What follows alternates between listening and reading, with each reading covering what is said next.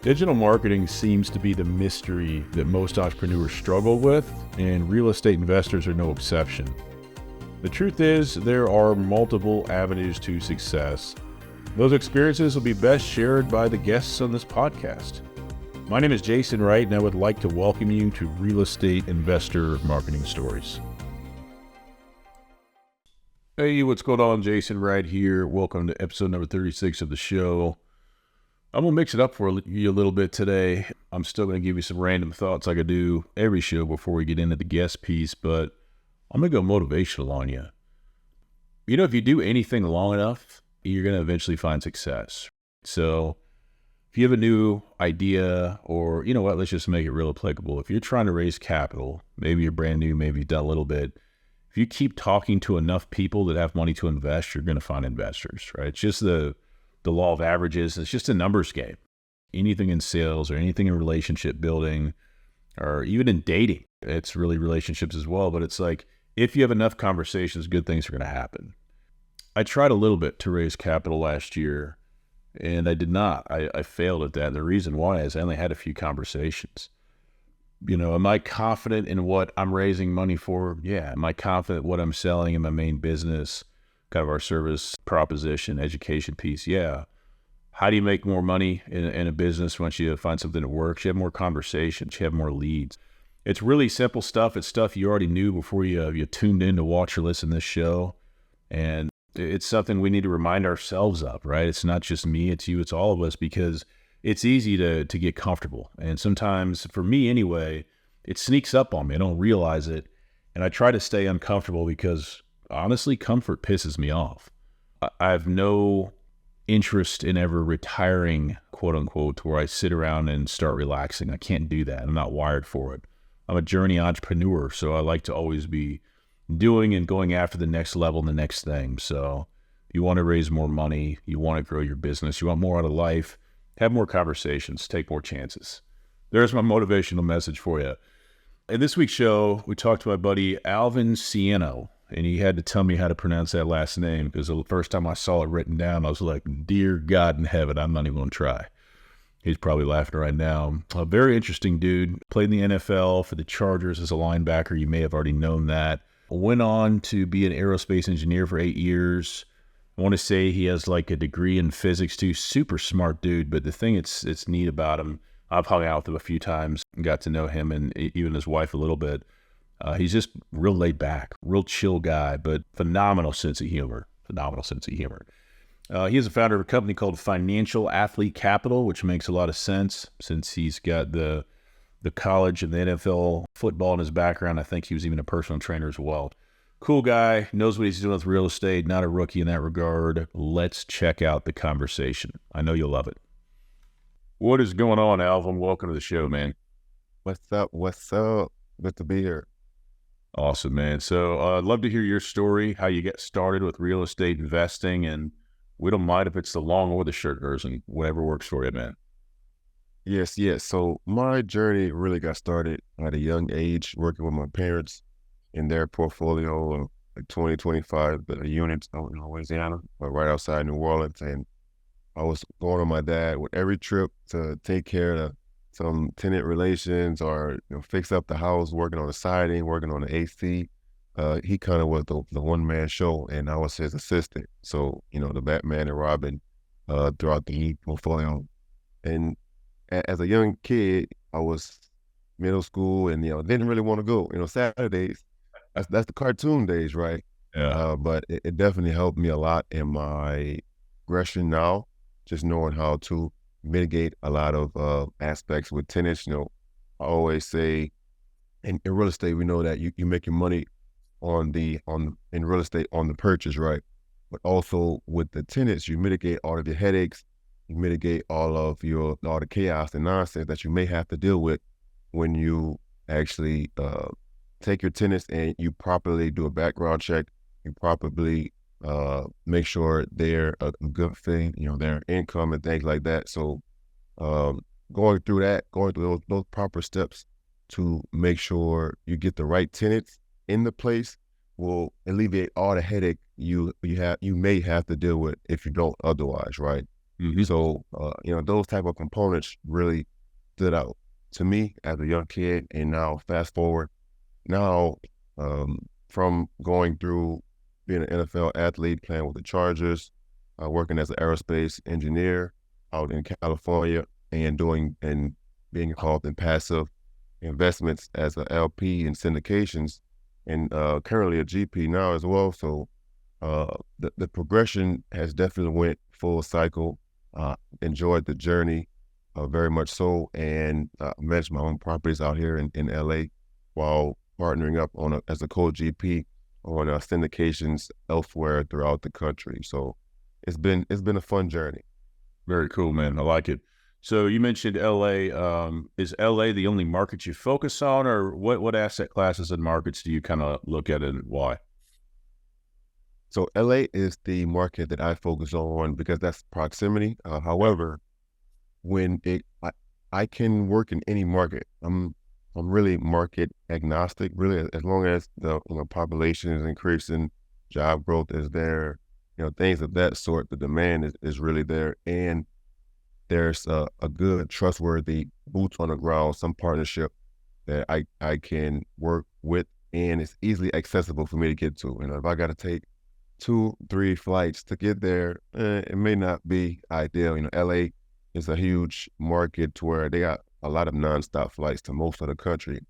So as long as those components are available, then that'll be a market that I will be interested in investing in.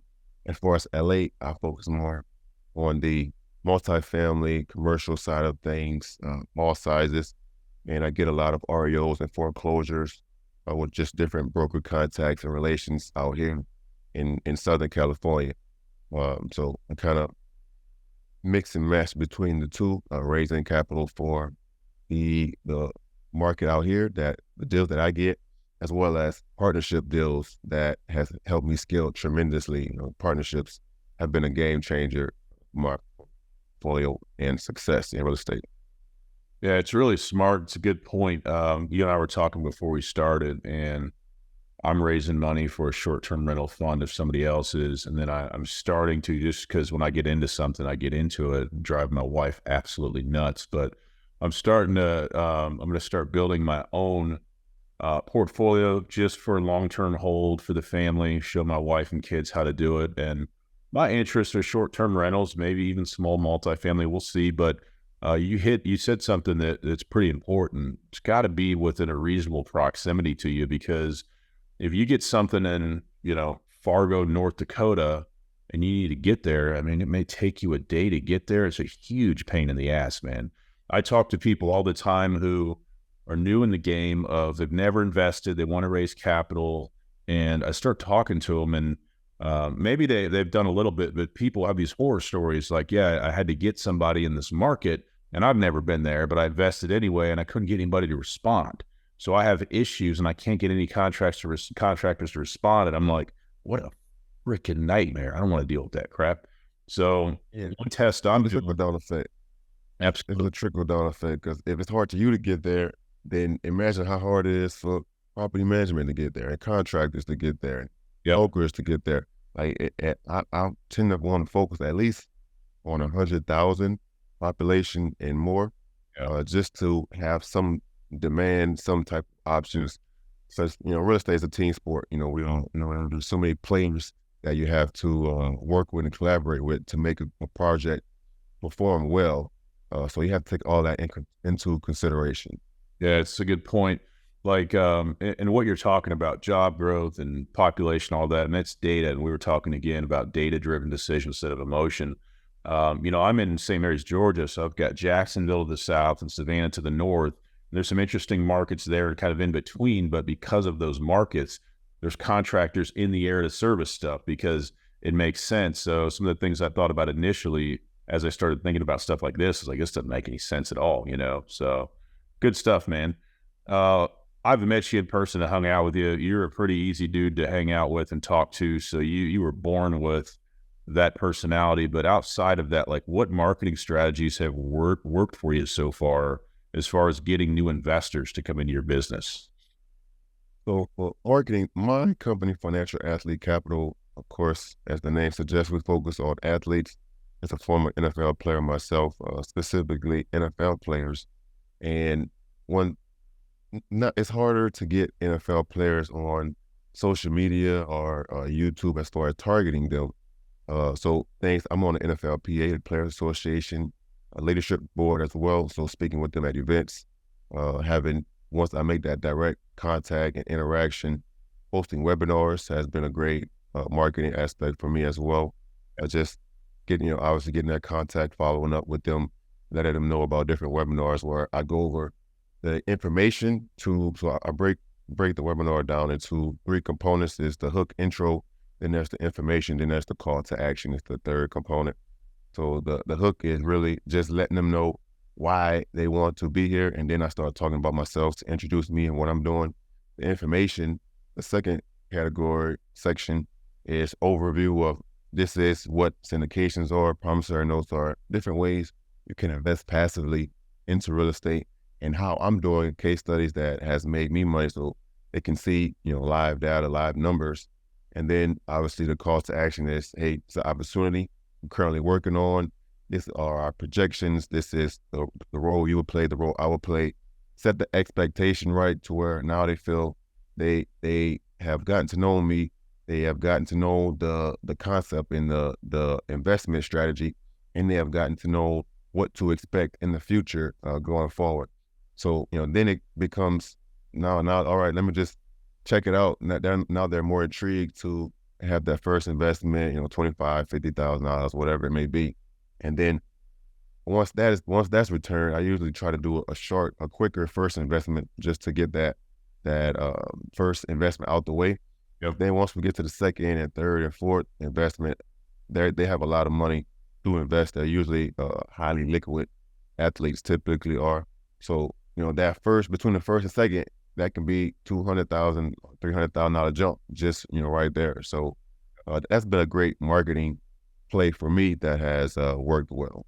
Yeah, it makes sense, man. I mean, you were one of them. You've got access to them, and you're already, successful with what you're doing. And like I said earlier, you're an easy dude to talk to, fun guy to hang out with. We've laughed once or twice together, haven't we? Right. Maybe once or twice, or maybe twice. I love it, man. Let me ask you a different side of it. What's been the biggest mistake, or what's been the biggest regret in regards to your marketing so far? The biggest regret in marketing, as well as in my entire journey, I would say, is not systematizing quicker, faster, sooner, not collaborating faster, sooner. Those 2 things right there have literally catapulted everything I'm doing, times 10, times 100. The ability to work once and get paid forever versus, working forever and getting paid once has a profound difference. So for me, focusing on how can the past month, I've been thinking about how can I automate this? How can I set up the system process where everything is already done for me, and collaborating, getting VAs to outsource a lot of work, or collaborating with other partners that maybe have a specialty that you don't necessarily, as a strong suit for you don't necessarily like to do all the time. So partner with someone else that they love it, they can do it all day, every day. You'll get that much more out of that aspect in your business.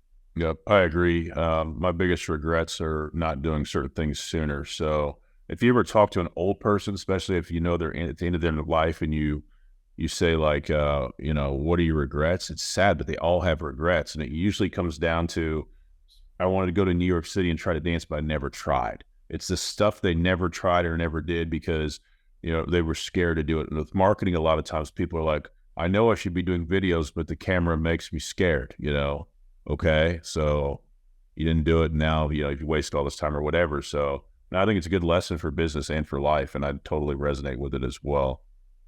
All right, let's see what you do. One thought I've heard is, people that are camera shy, just press record and just start talking. It don't have to be scripted. A lot of people like to overcomplicate things. I gotta be, analysis paralysis. It gotta be perfect. I gotta get everything situated. Like the best thing you can do in any aspect of business and life and family, whatever, is just to start. Yep. That's going to be the hardest part. Just start, whatever it takes, however small of a objective you need to make it, even if it's just, hey, let me just go buy a camera. Now, bam. All right, now that's check mark. All right, now let's go to the next step. Let me get a microphone. Okay, check mark. Set it up. Turn it on, record. So however small of a step that you need to make it in order to make it a check off that component of it, and then you just build momentum. And next thing you know, you got 1,000 podcasts and 5 stars and everything else. Yep, absolutely. I like it. All right, I'm going to throw you a curveball here because I know you love curveballs. Share a story with us about your real estate investing journey that you've never shared publicly. Could be funny, could be happy, could be savvy, whatever you want. The goal is let us get to know you just a little bit more. Nice curveball. A real estate story that I have never shared publicly. So there's one of my tenants. Crazy story. It's a crazy story. Just to give you a warning. Fire up a cigar real quick before we get going. You might want to grab a cigar real quick. So one of my tenants had a condition, like a mental condition that, I mean, I don't know if it was kind of like a schizophrenia or it was something of that along those lines. Yeah. However, I didn't know he had it because, normal interactions when I talked to him, normal guy, it seemed all fine. I didn't think he had any issues or, problems mentally or anything of the sort, right? So, hey, we did my background screening and like I normally do that alleviates your headaches, right? Proper screening of your tenant. So I did all my checks and balances like I normally, and everything panned out. You look good. Like, okay, so you're good. You can move in. He stayed in for a couple months, like 2-3 months. And next thing you know, I get a call from my neighbor, the neighbor of the property. They're like, Al. I'm like, hey, hello. They sound kind of frantic. Like, what's going on? Hey, what's up? What's up? They said, man, your tenant just drove into the house.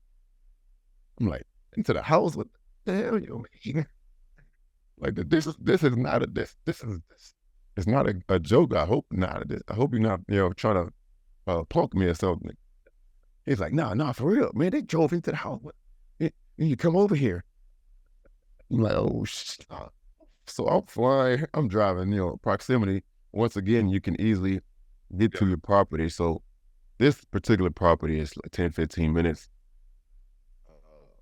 In LA traffic, it might be 20, 30 minutes.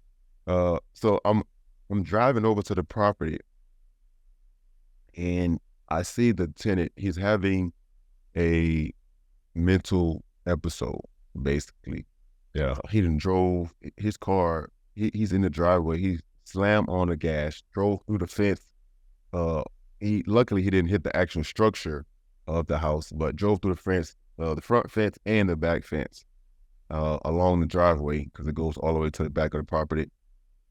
And he's like a normal, any other, mental person. They just not making sense, not really responsive, not really understandable. So I'm trying to mitigate the situation. I'm not a therapist or licensed in anything of the sort. So long story short, end up calling the firefighters, and they came out. They had to, talk to him, end up calling the police, and he ended up being admitted into the hospital.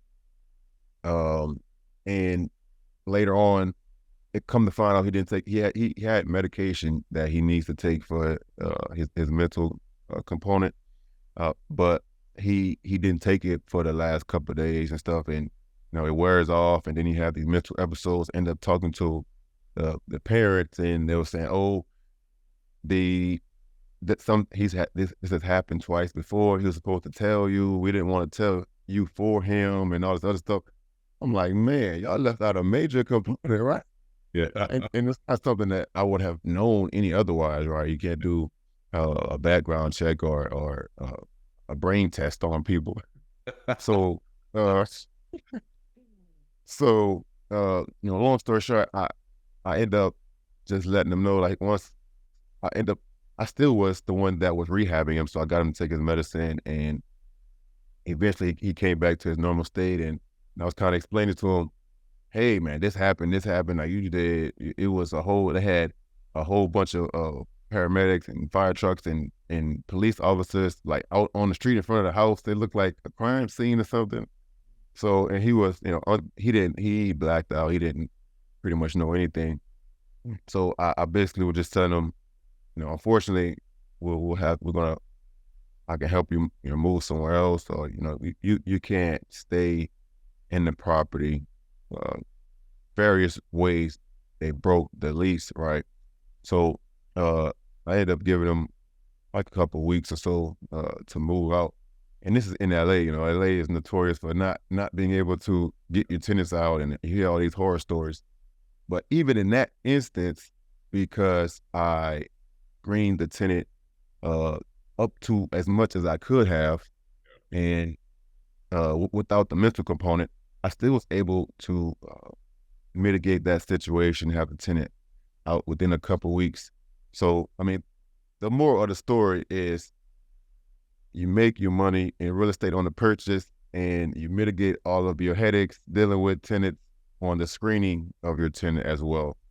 Even if it's something that's beyond what you can notice or screen for, all the other components will help you with that screening and tenant moving out, if that comes to be the case.